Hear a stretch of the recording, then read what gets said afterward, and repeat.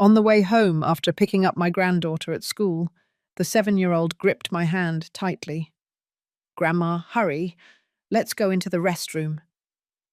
She pulled me toward a stall and locked the door. I asked her, "What is going on?" She whispered, "Shh, don't say anything. Look, Grandma." Then she crouched down and looked through the gap under the door. I followed the direction of her gaze and was paralyzed with fear. But before I continue, check if you've subscribed to the channel and share in the comments where you are watching us from. We'd love to know how far our reach is. At sunset in Miami, my 7-year-old granddaughter Chloe and I were walking back home from school. I had bought her a cherry-flavored lollipop, red like the azalea blossoms in the park. Chloe was licking the lollipop, and her innocent smile filled my heart with warmth. But when we walked past an alley that led to the South Beach area, everything changed. Chloe stopped abruptly. The lollipop dropped to the sidewalk, melting into a red stain on the concrete. Alarmed, I bent down and asked, "Chloe, what is it, sweetie? What's wrong?" But she didn't answer. Her big eyes were wide open, staring fixedly at an invisible spot behind me. Her face went pale, her lips pressed tight, and before I could understand what was happening, she squeezed my hand hard, her little nails digging into my skin. "Grandma, fast!"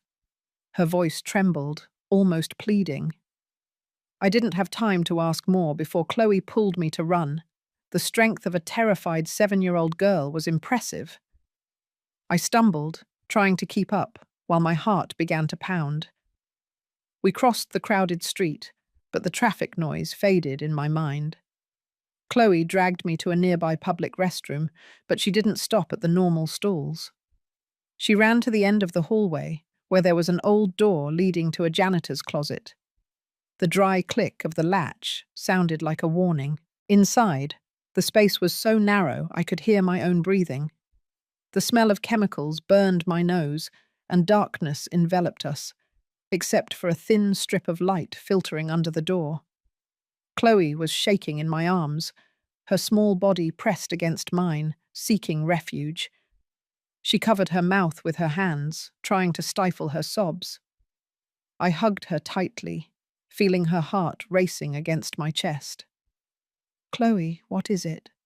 Tell me, honey," I whispered, trying to keep my voice steady, even though an inexplicable unease was constricting my chest.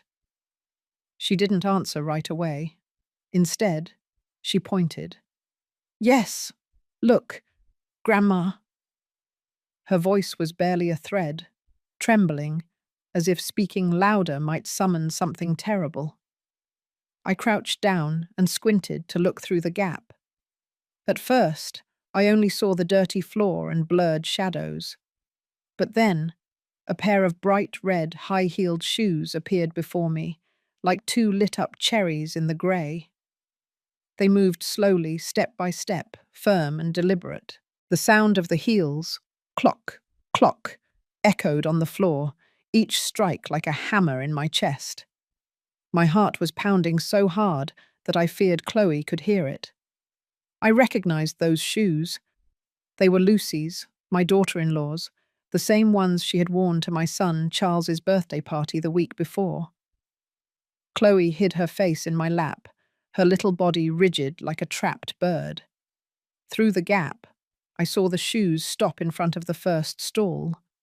A dull thud sounded as the door opened, then another as it closed, and then she moved to the second, the third. The thuds continued, rhythmic, cold. She was checking them one by one, like a hunter searching for her prey. My heart sank. I didn't understand what was happening, but Chloe's terrified gaze and the presence of those red heels told me it was no coincidence. Suddenly, a voice sounded, sweet but chilling. "Chloe, sweetheart, are you in here?" It was Lucy's voice. I had heard it hundreds of times, calling Chloe to dinner, laughing with customers at the bakery, talking tenderly to Charles. Chloe flinched in my arms, hugging me tighter, as if she wanted to disappear inside me. I stroked her hair, trying to calm her, but I was trembling too. The footsteps approached until they were right in front of the door of the room where we were hiding. The shadow of the heels projected under the door, covering the thin line of light, the only connection we had left with the outside world. I held my breath, feeling the air in my lungs run out. The steps stopped. Silence, a thick, terrifying silence, as if the world were holding its breath, waiting for something to explode. Suddenly, a phone ringing broke the stillness with a sharp sound. I heard Lucy mutter something in annoyance. The heels sounded again, moving away toward the exit. The clock grew fainter until it disappeared. Even so, I didn't dare to breathe heavily, fearing it was a trap. Chloe was still clinging to me, her body shaking, and amidst that trembling, I couldn't help but remember the days when everything began. I am Elizabeth Miller, 62 years old and a widow. I live in Miami, where the sound of the waves and the smell of toasted bread mark the rhythm of life. The bakery, Seaside Sweets, tucked away in the Art Deco district, is not just my workplace, but also the home of my heart. Every morning, before the sun rises, I get up, and with my hands rough from flour and years, I begin to knead and bake fresh croissants and bagels. This bakery is everything I have, the place where I raised my only son, Charles, alone. After my husband died in a storm at sea almost 3 decades ago, Charles was always a quiet and kind young man. From a young age, he ran around the bakery, helped me clean the tables, arrange the bread on the shelves, or carry the heavy sacks of flour. He wasn't like the other boys in Miami, who preferred to spend time at the beach, drinking soda and laughing loudly. He preferred to stay in the bakery, reading or fixing the old oven. And then Lucy Smith appeared, like a new breeze that entered our lives. She was a regular customer, a young architect who had just moved from Atlanta. Lucy always came in smiling, her shiny black hair pulled back in a high ponytail, and her eyes sparkling like the sun reflecting on the sea. "Mrs. Miller, your bread is the best in the city," she used to say, with a voice sweet as honey. I would smile and tell her she was exaggerating, but inside I felt comforted. Lucy had that way of making others feel seen, valued, and I noticed her eyes sparkled even more when she talked to Charles. Charles, who had always been reserved and shy, began to change. He laughed more, and even shaved more carefully on days he knew Lucy would stop by the bakery. I saw him in front of the mirror, adjusting his shirt, and I knew his heart had awakened. A year later, they got married. The wedding was held on the beach, simple but warm. I stood amidst the sound of the waves and the laughter, with tears falling silently. Not of sadness, but of happiness. I thought that finally Charles had found his partner, and that our small family was complete. Lucy brought Chloe, her 7-year-old daughter, from a previous marriage. The girl's father, Jason, had died in an accident.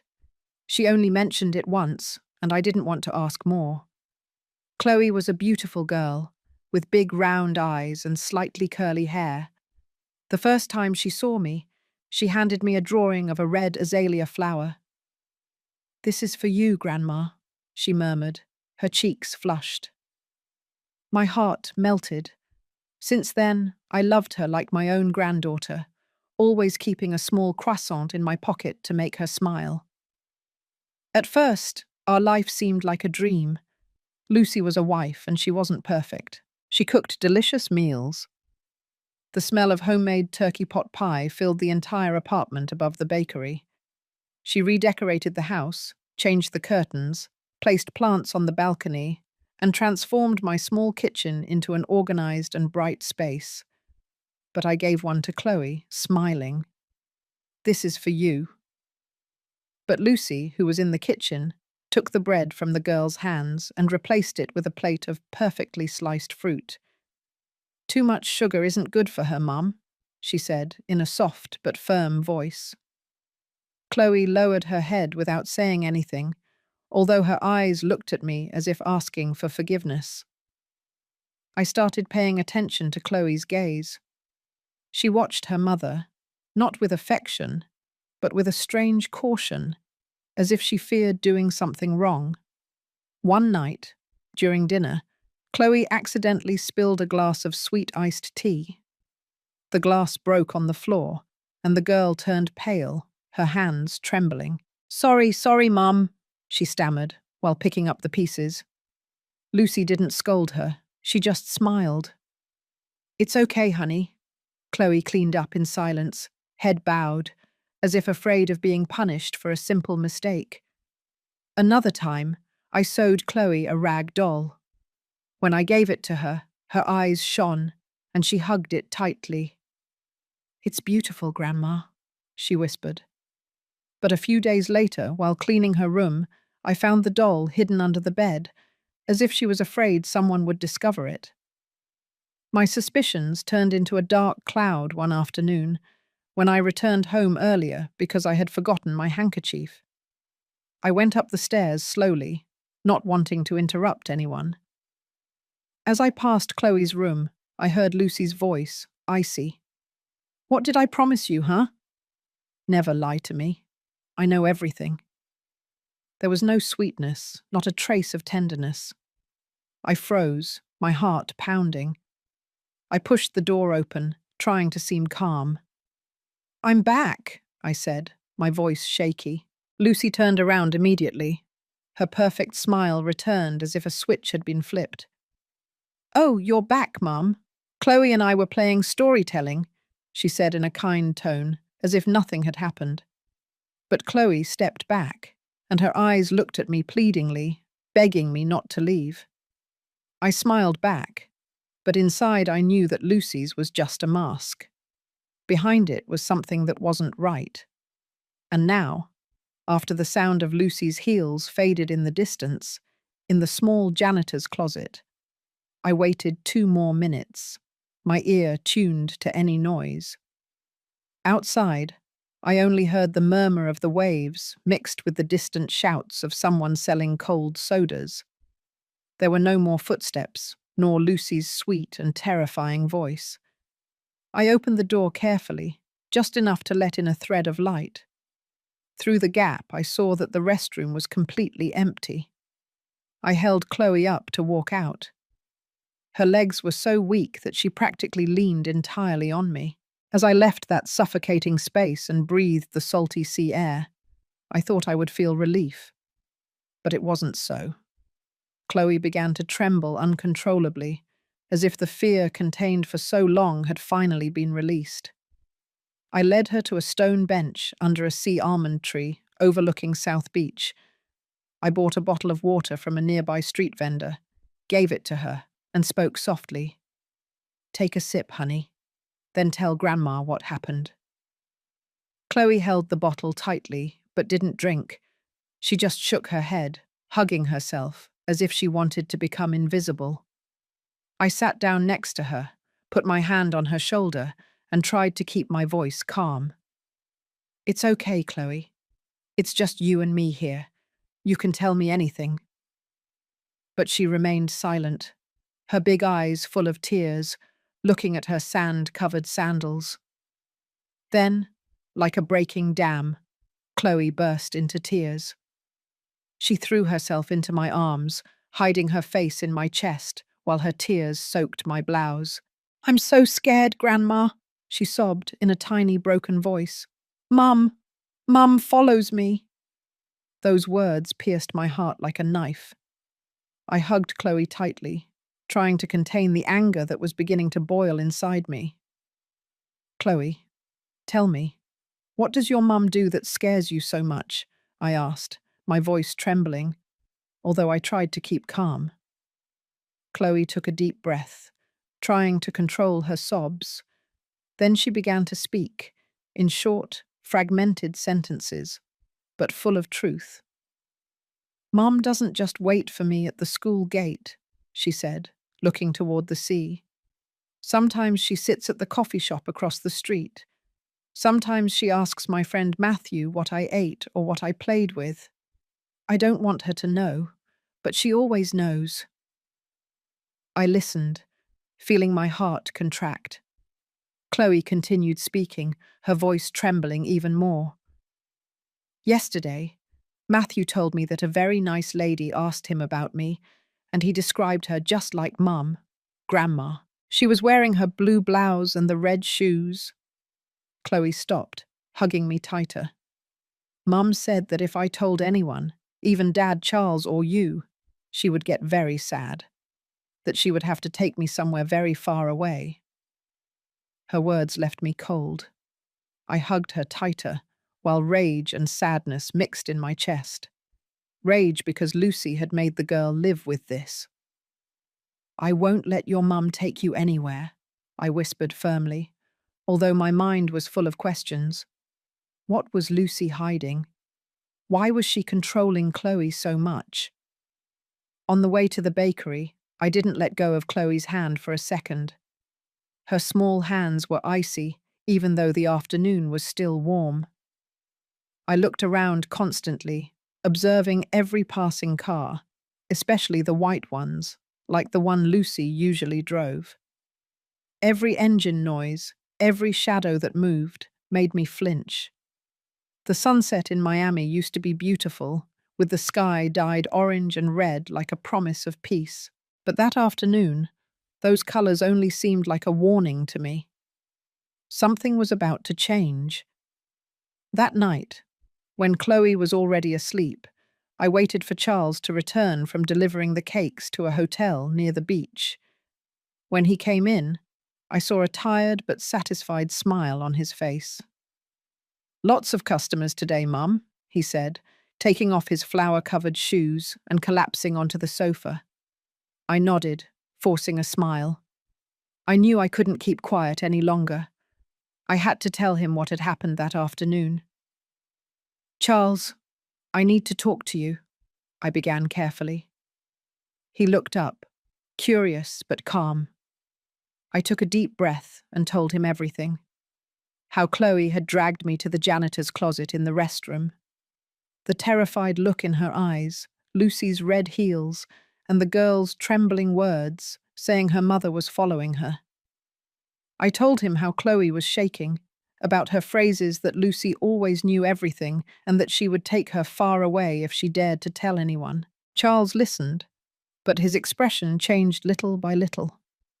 From concern, it turned to doubt, and finally to slight annoyance.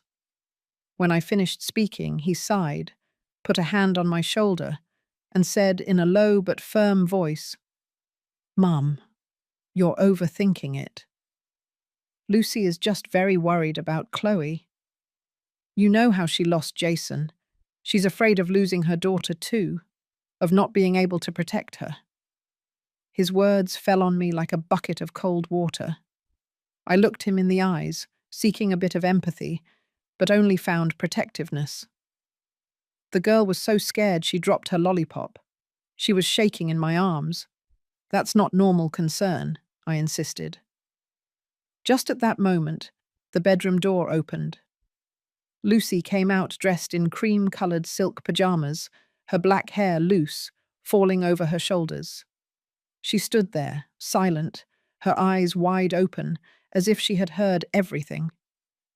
My heart sank. I didn't know how long she had been standing there, but her gaze, without anger, without defense, full of tears, caught me by surprise. She approached Charles, her voice trembling. "I'm sorry, Mum. I didn't mean to scare Chloe." She lowered her head, interlacing her hands. "It's just that, since Jason, I'm afraid of losing her, of not being a good mother." She looked up and faced me, her eyes full of pain. "I just want to do it right, Mum. I'm afraid of failing." Her words, her tone so fragile, made me doubt. For an instant, I almost wanted to believe her, but the image of Chloe trembling in the janitor's closet, her eyes full of terror, returned to my mind. and I knew I couldn't let compassion sway me. However, Charles was already on the other side. He stood up, hugged Lucy, and patted her back, as if consoling a child. "It's okay, love," he whispered. Then he looked at me, with a hint of reproach in his gaze. "Mum, I know you're worried about Chloe, but Lucy just wants the best for her." I stood there, motionless, and the conversation ended just like that. A few days later, during breakfast, Lucy announced that she had hired a company to install a security system in the bakery and the apartment. "It's to prevent break-ins and keep the family safe," she said, with a gentle but calculated smile. I nodded without saying anything, but a sense of unease began to grow inside me.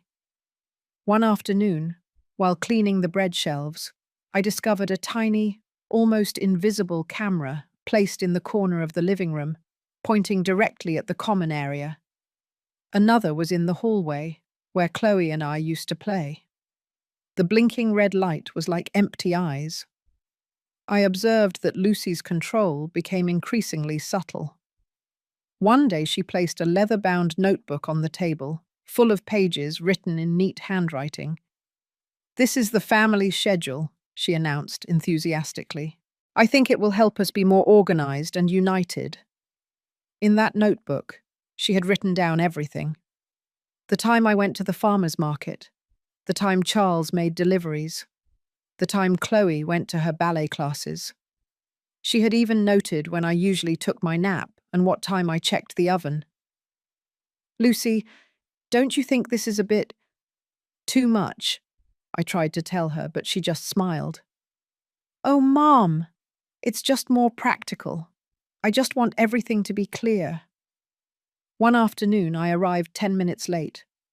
When we entered the house, Lucy was already at the door, arms crossed and her perfect smile. "Everything okay, Mum?" she asked, with a sweet voice, but without warmth. "I called the teacher and she said you hadn't arrived yet. I got worried." I tried to stay calm and explained that the oven had broken down, but her gaze didn't leave me, evaluating every word I said. Chloe hid behind me, not daring to lift her head.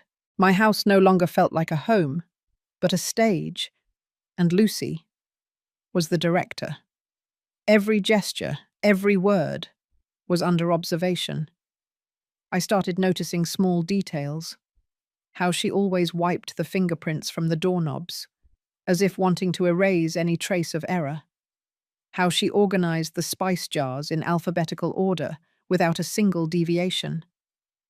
Her perfection was no longer admirable. It was a silent weapon, a constant warning that I had to be careful, that Chloe had to be careful.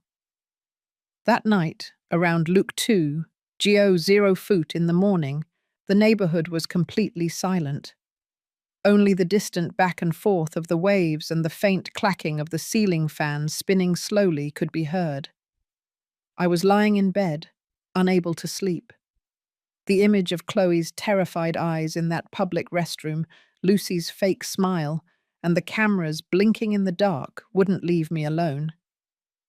Unable to bear it anymore, I sat up in bed, my bare feet touching the cold floor. I decided to go down to the kitchen for a glass of water, hoping that something so simple would calm me. The hallway was dark, illuminated only by the faint moonlight filtering through the window, drawing shadows on the wall.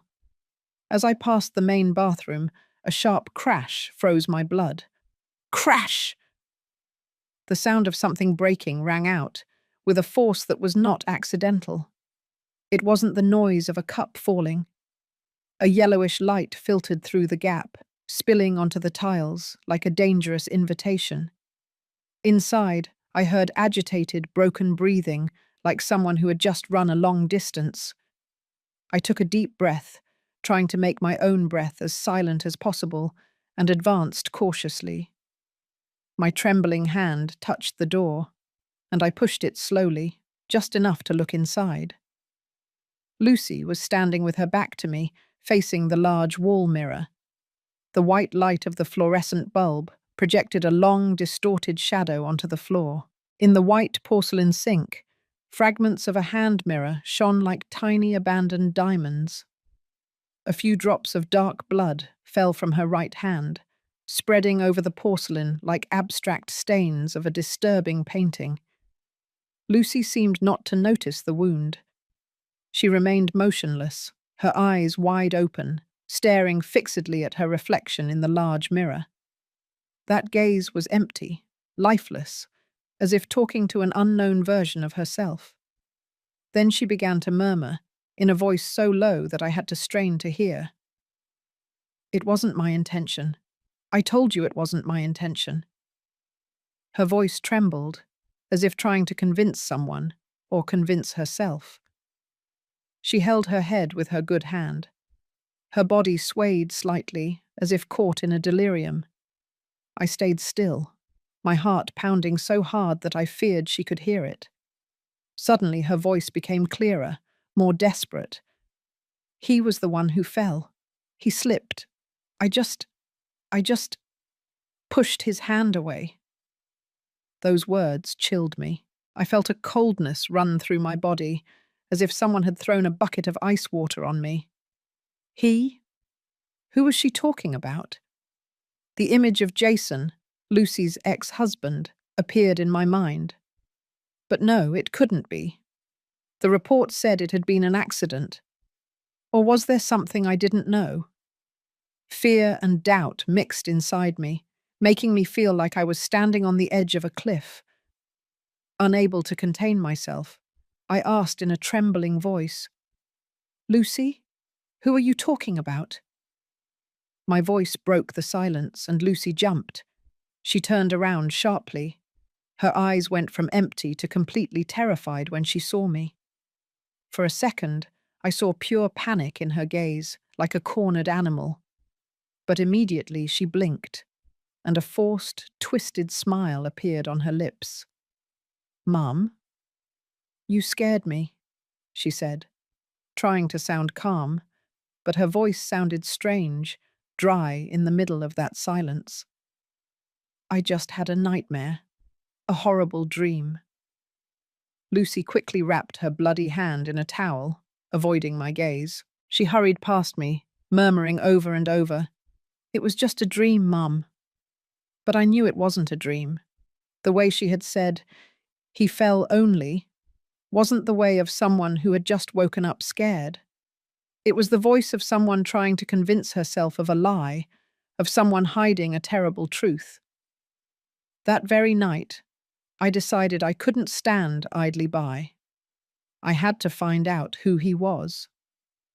The next morning, when the sunrise was just beginning to illuminate the sky, I was already in the kitchen, with a cup of coffee in my hands.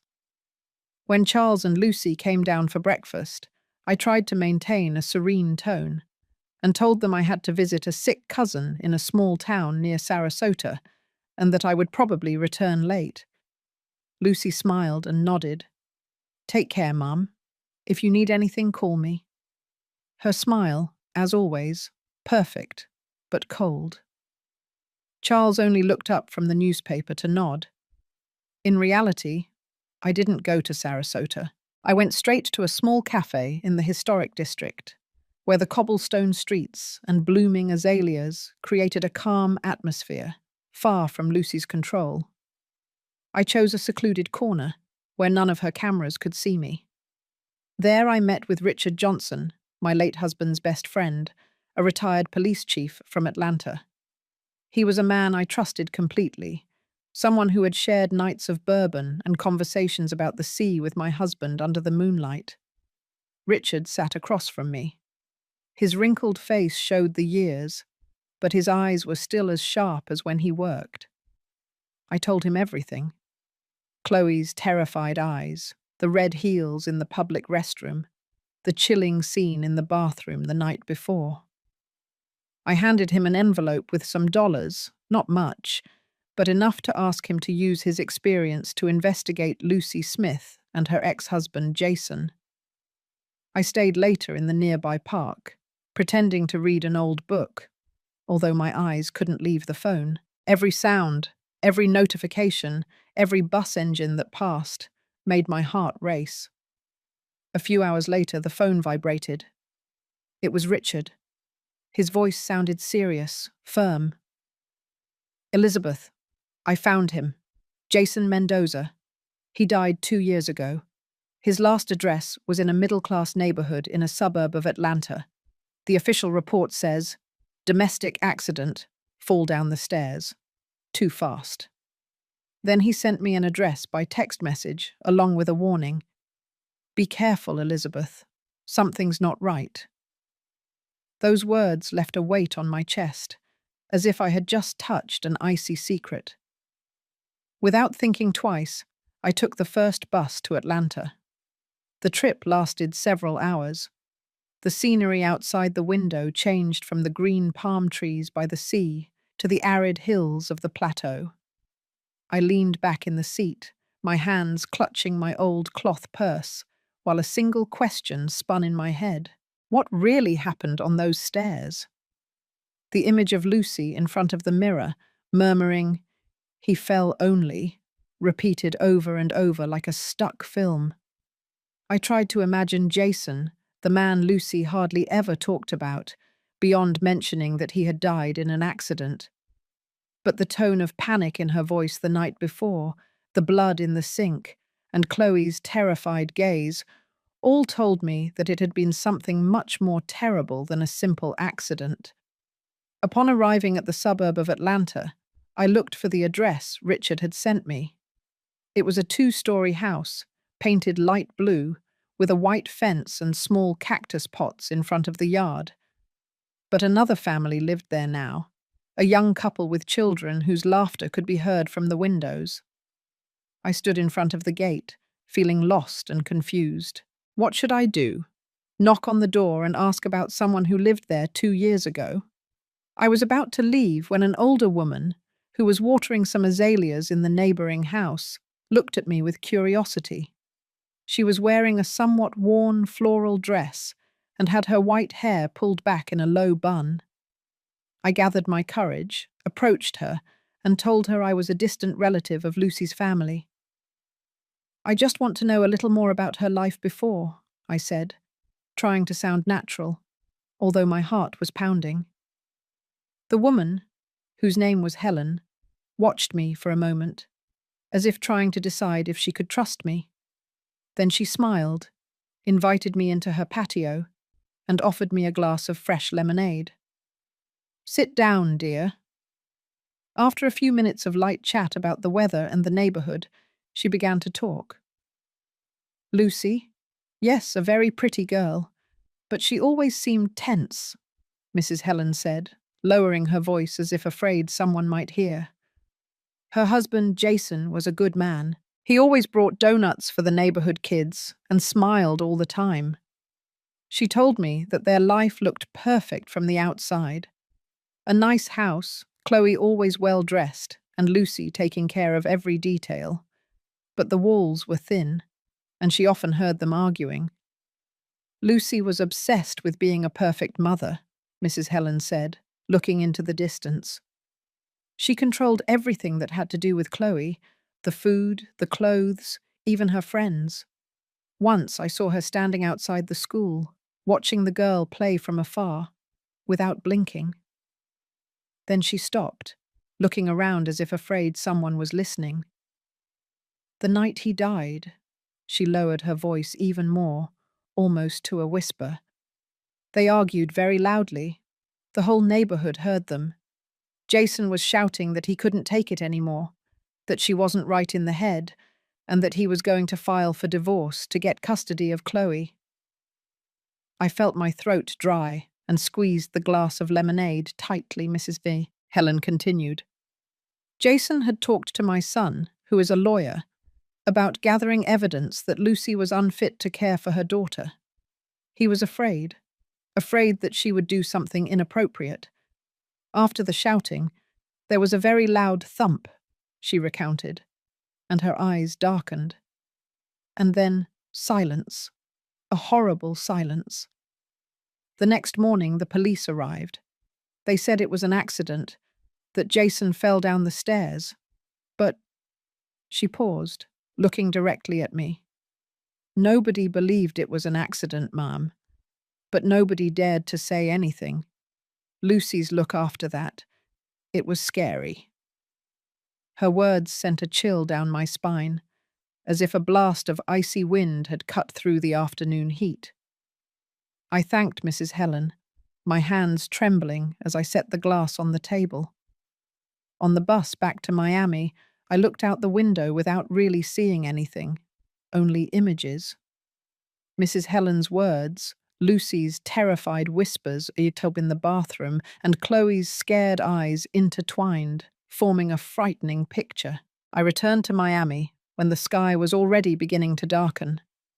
As I entered the living room, I saw Lucy sitting on the sofa, reading a story to Chloe. The warm light of the lamp enveloped them like a perfect painting of mother and daughter. Chloe was snuggled against her, her big eyes fixed on the book. Lucy looked up and smiled sweetly at me. "You're back, Mum.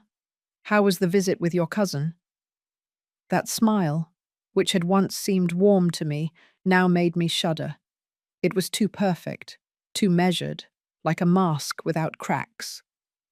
I nodded and replied briefly, "All good, thank you."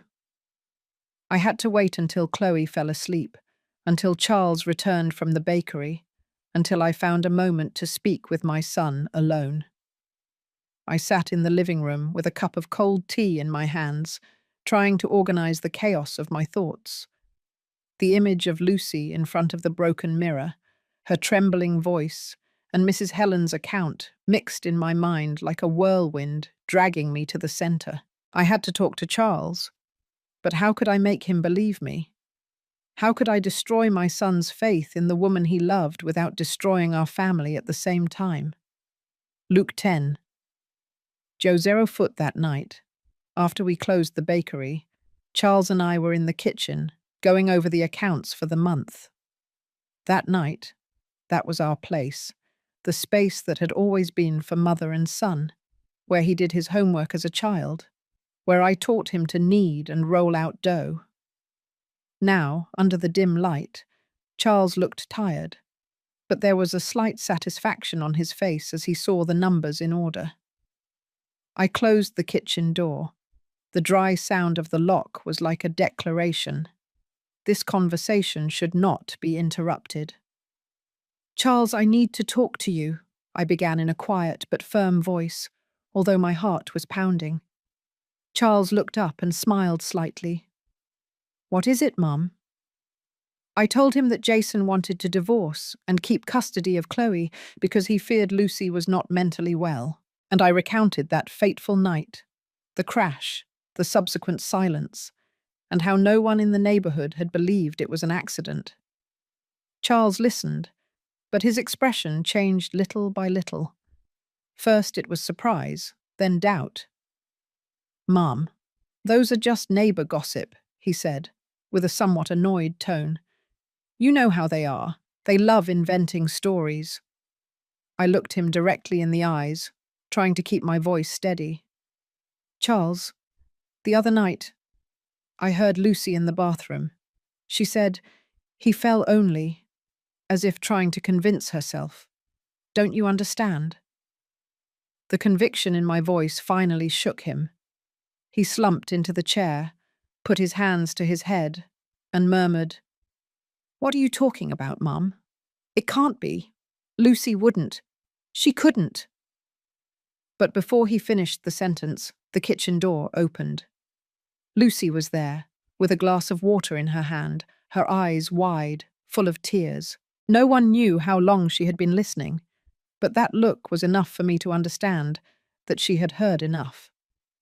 "You too believe your mother?" Her voice broke, trembling. "You also think I'm a killer?" The glass in her hands trembled and fell to the floor, breaking into 1,000 pieces. Water splashed onto the tiles, and the crash made both of us jump. Lucy began to cry, not with sadness, but with the desperate weeping of someone completely unraveling. "No one believes me," she shouted, her voice broken. "Not even you, Charles. You don't trust me either." She covered her face with her hands, trembling, as if all the strength she had pretended to have for so long collapsed at that instant. Charles, disconcerted and frightened by his wife's reaction, jumped up and ran to hug her. "No, no, Lucy, I didn't mean that," he said with an anxious voice.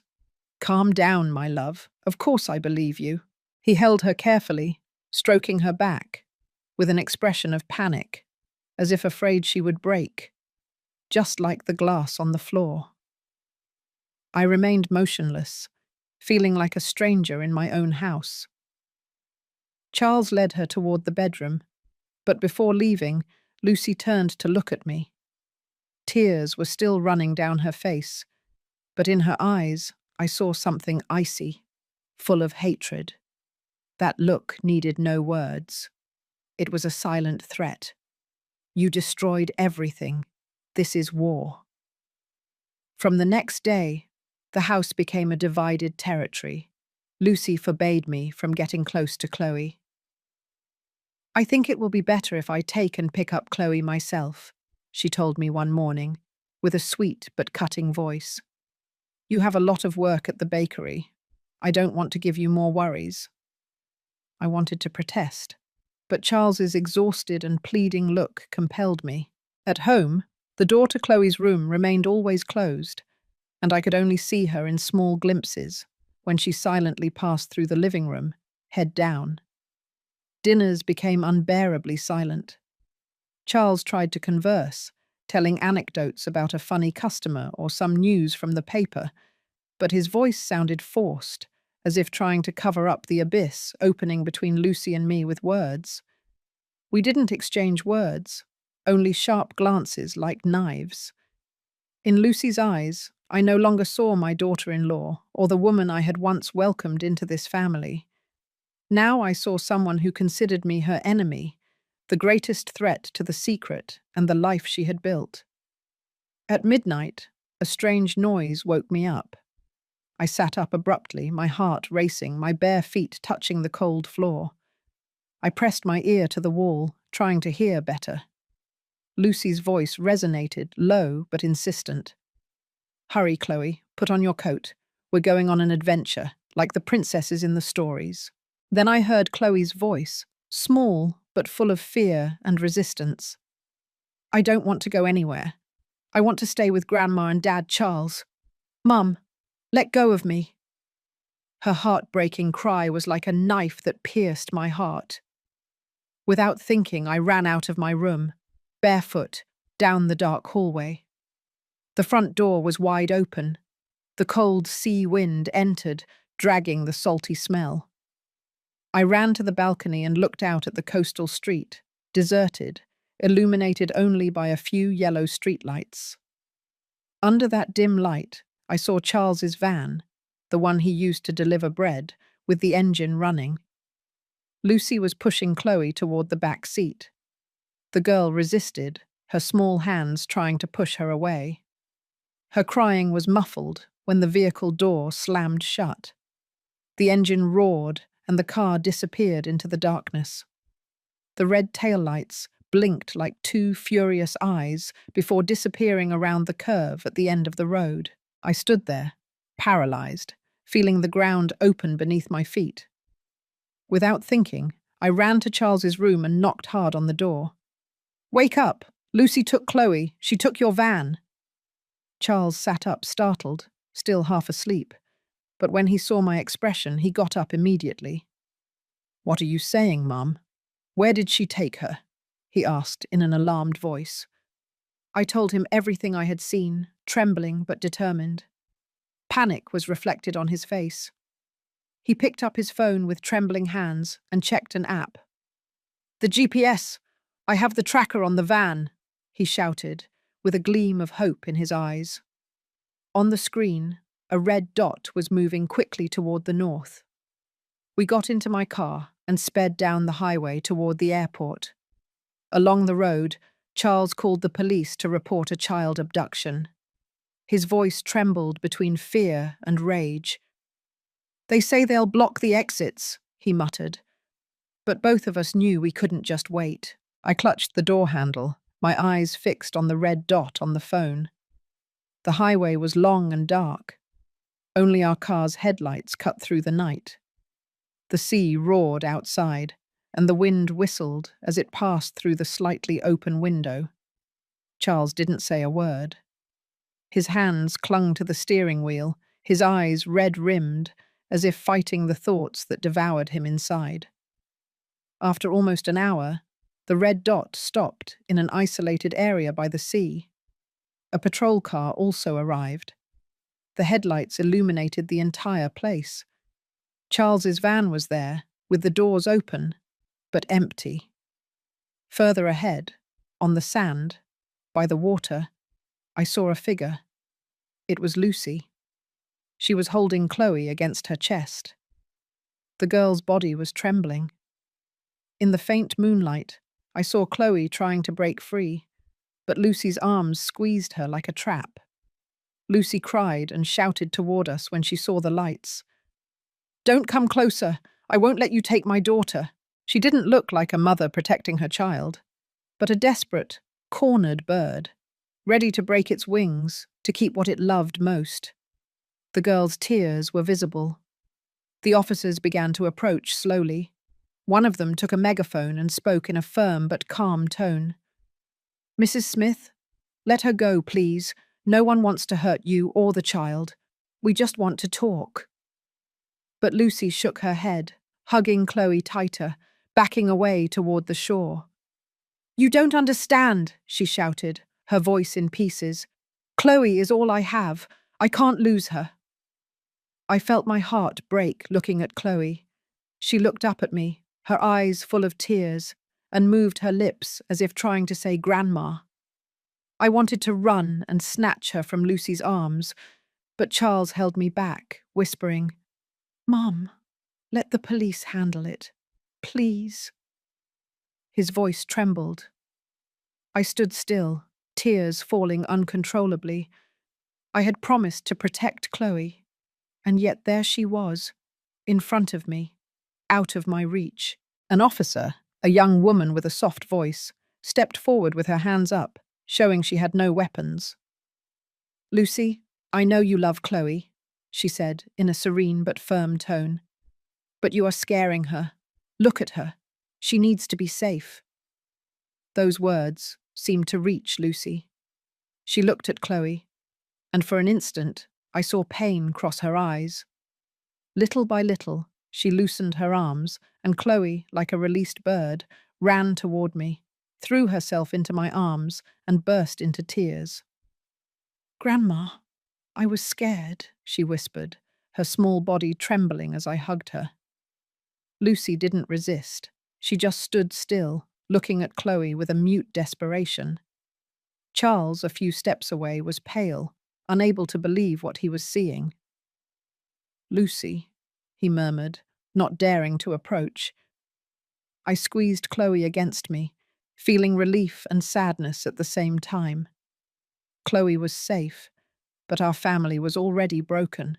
After that night, Lucy was transferred to the Orlando Psychiatric Hospital by order of the authorities and with Charles's consent. Chloe came home with us. Since that day, the Seaside Sweets bakery was enveloped in a strange silence. The smell of freshly baked bread still filled the air every morning, but it no longer brought.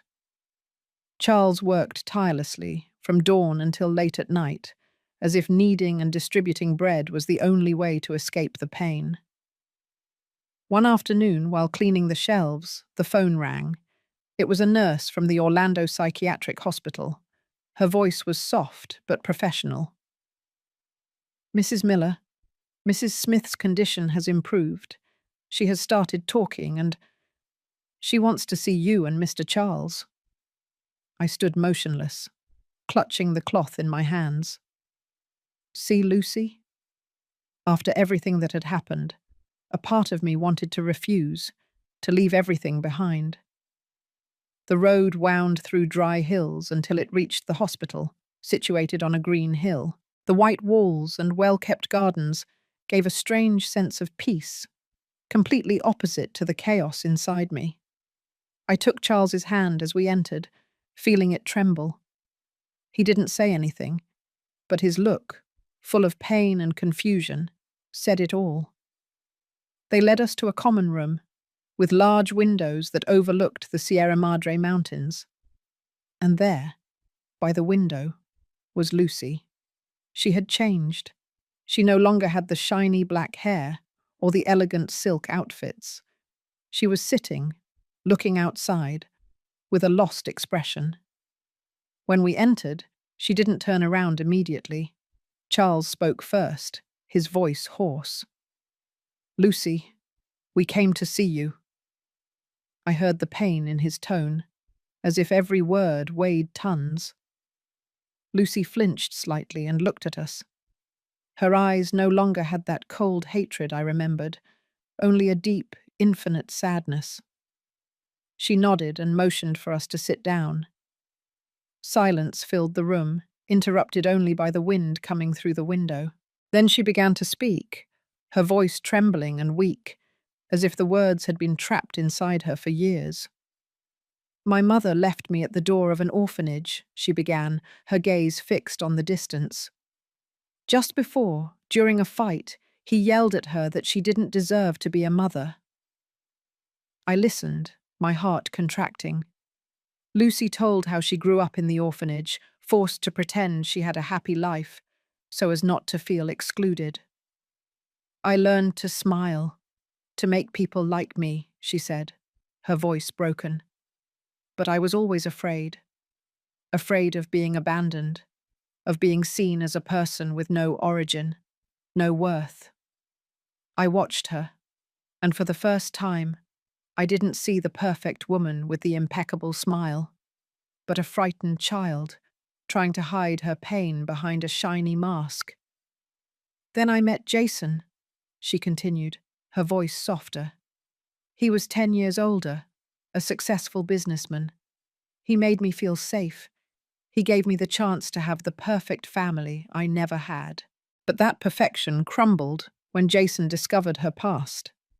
He started noticing her need for control over Chloe, how she monitored every move, how she didn't tolerate even one mistake. "He wanted a divorce," Lucy said, and tears began to fall down her cheeks. "He said he would keep Chloe, that I was unfit to be a mother." That phrase, she said, was like a direct stab to the heart.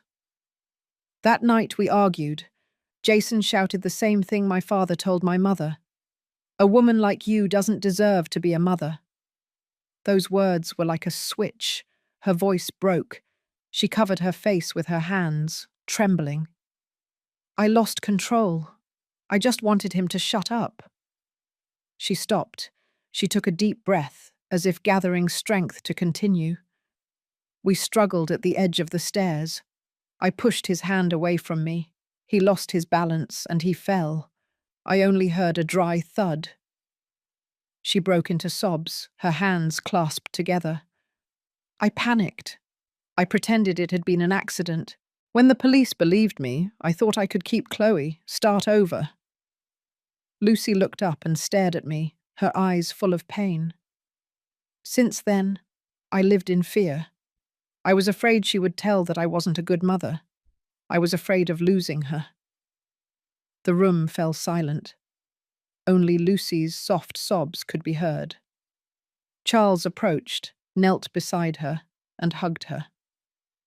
"No one wants to abandon you, Lucy," he said with a broken voice, tears sliding down his face.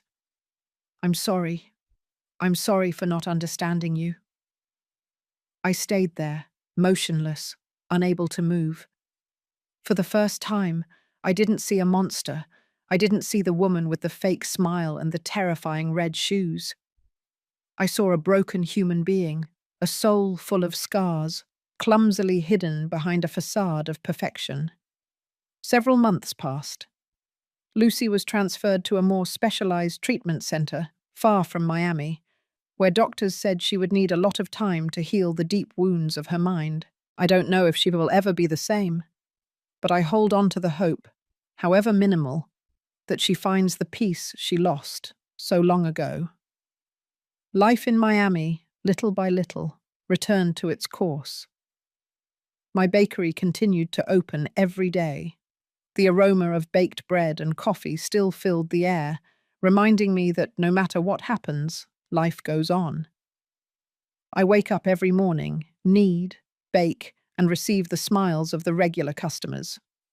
Chloe's clear laugh now fills the silent corners of the bakery, like cheerful notes in a sad melody.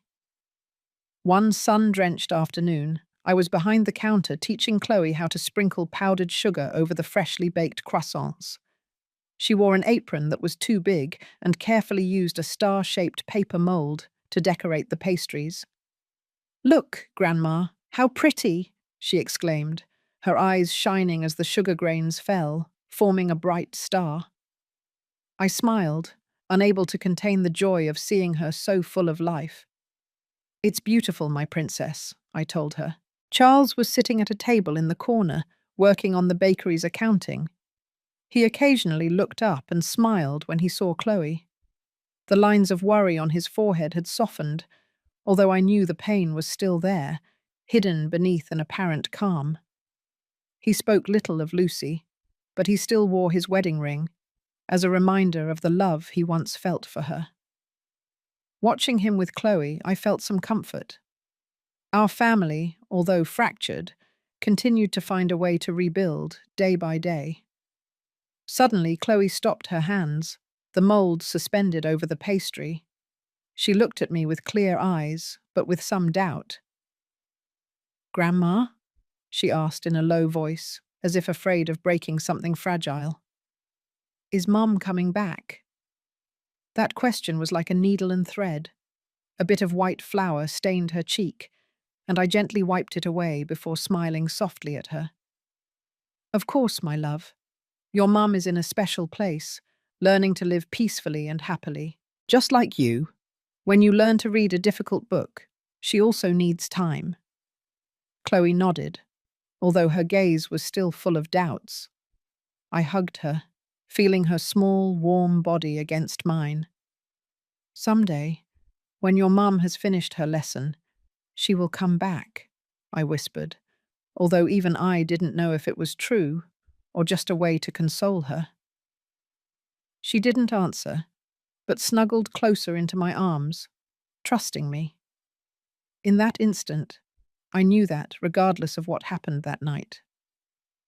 After closing the bakery, I walked alone on South Beach. The sunset dyed the sea in shades of orange and violet. The waves gently hit the shore, with that eternal sound that seems to tell the story of time. I took off my sandals and felt the cold sand under my feet, walking next to the water. The sea wind blew, bringing the salty smell and a sense of freedom I hadn't experienced in a long time. I picked up a smooth stone from the sand, polished by the years and the tides. I threw it into the sea, watching it skip over the water before sinking. "No one can live in the past forever," I murmured to myself. "Sometimes, letting go is the only way to keep what is most beautiful." I looked toward the bakery, where the yellow lights still shone, where Chloe and Charles waited for me. Although this path had been painful, I knew that my family was still there, imperfect, but strong enough to keep going. There are wounds that are not seen, that live in memory, in fear, in that need to control everything, just not to lose again. After everything I lived through, I understood that what we call perfection is often just a mask that hides the deepest pain. Lucy was not a villain. She was a woman suffocated by her past, incapable of loving in the right way. Life, despite the losses, continues. And if there is one lesson I want to leave, it is this: listen to those you love before it's too late, because sometimes what they need is not judgment, but a hug warm enough for the fear to dissolve. The story you have just heard has changed names and places to protect the identity of those involved. We are not telling it to judge, but with the hope that someone listens and reflects. How many mothers are suffering in silence within their own homes? I sincerely wonder, if you were in my place, what would you do? Would you choose to keep quiet to maintain peace, or would you face everything to reclaim your voice? I want to know your opinion, because every story can become a candle that illuminates someone else's path. May God bless you, and I am sure that courage always leads us to better days. Now, on the final screen, I will leave two of the channel's most beloved stories.